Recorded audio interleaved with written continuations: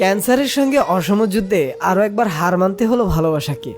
হাজারো চেষ্টা করে একজন একাকী যোদ্ধা বাঁচাতে পারলেন না নিজের ভালোবাসার মানুষটাকে। স্কুলের প্রেম থেকে বিয়ের পিড়ি, আর তারপর বিবাহিত জীবনে 4টি বছর।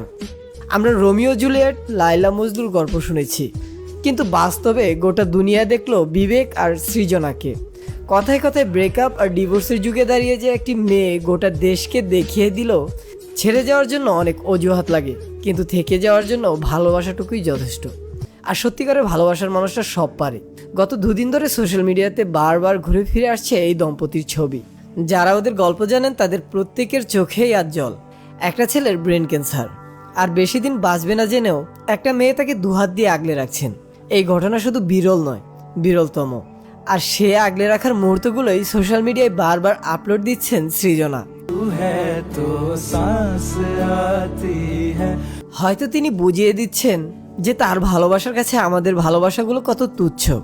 কিন্তু দুর্ভাগ্যবশত গত 19শে ডিসেম্বর তার ভালোবাসার মানুষকে চিরদিনের জন্য একা রেখে না ফেরার দেশে চলে গেলেন বিবেক পানগিনী।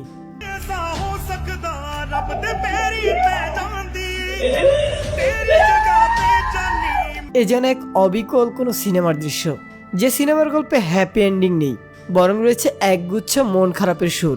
আজ থেকে ঠিক 9 থেকে 10 বছর আগে স্কুলে পড়াকালীন সময় সিনিয়র দাদা বিবেকের প্রেমে পড়েছিলেন জুনিয়র ক্লাসের মেয়ে সৃজনা। দুজনেরই জীবনের প্রথম ভালোবাসা।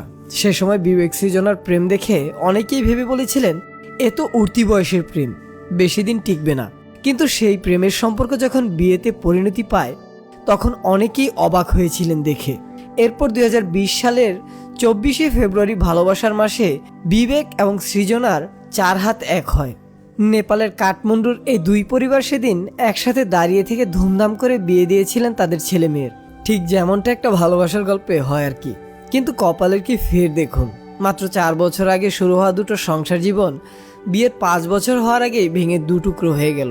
বিয়ের পর স্ত্রী সৃজনাকে নিয়ে পিএইচডি করার উদ্দেশ্যে আমেরিকায় পাড়ি দেন বিবেক। দুজনের চোখেই তখন নতুন সংসারের স্বপ্ন। একজন কন্টেন্ট ক্রিয়েটর হওয়ার দৌলতে সৃজনা বরাবরই সামাজিক মাধ্যমে একজন পরিচিত মুখ ছিলেন, তাই সৃজনার ভিডিওতে বরাবরই উঠে এসেছে তাদের ভালো থাকার মুহূর্ত। কিন্তু সুখ যে ক্ষণস্থায়ী, তাই দুটো সুন্দর ফুলের মতো জীবনে দানবের মতো থাপা বসায় মরণবেদী রোগ ক্যান্সার।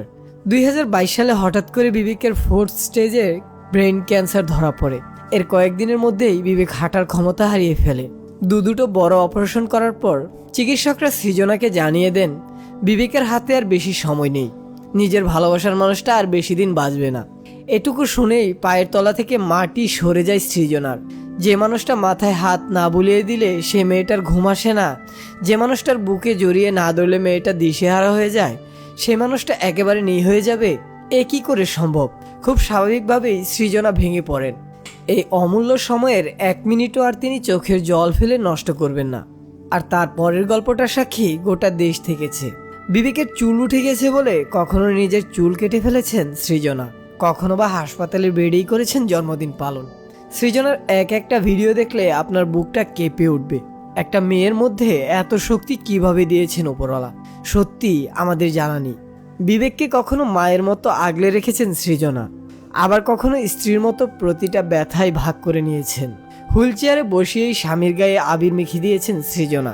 কখনো বা অসুস্থ স্বামীর মুখের দিকে তাকিয়ে ভুলে থেকেছেন আর কদিন পরই এই মুখটা চাইলেও আর দেখতে পারবো না। কিন্তু নিয়তিকে আটকানোর ক্ষমতা যে কারণ নেই। তাই আজ কঠিন বাস্তবের সামনে দাঁড়িয়ে আমরা সবাই এই মুহূর্তে একটাই প্রার্থনা, সৃষ্টিকর্তা সৃজনাকে শক্তি দিক এই কঠিন সময়টাকে কাটিয়ে ওঠার। সৃজনা আর বিবেকের গল্প আমাদের আরও একবার মনে করিয়ে দেয় সব্যসাচী এবং ইন্দ্রিলার গল্পটা। সেদিন ক্যান্সারে আক্রান্ত ইন্দ্রিলাকেও ঠিক এইভাবে বুকের মধ্যে আগলে রেখেছিলেন সব্যসাচী।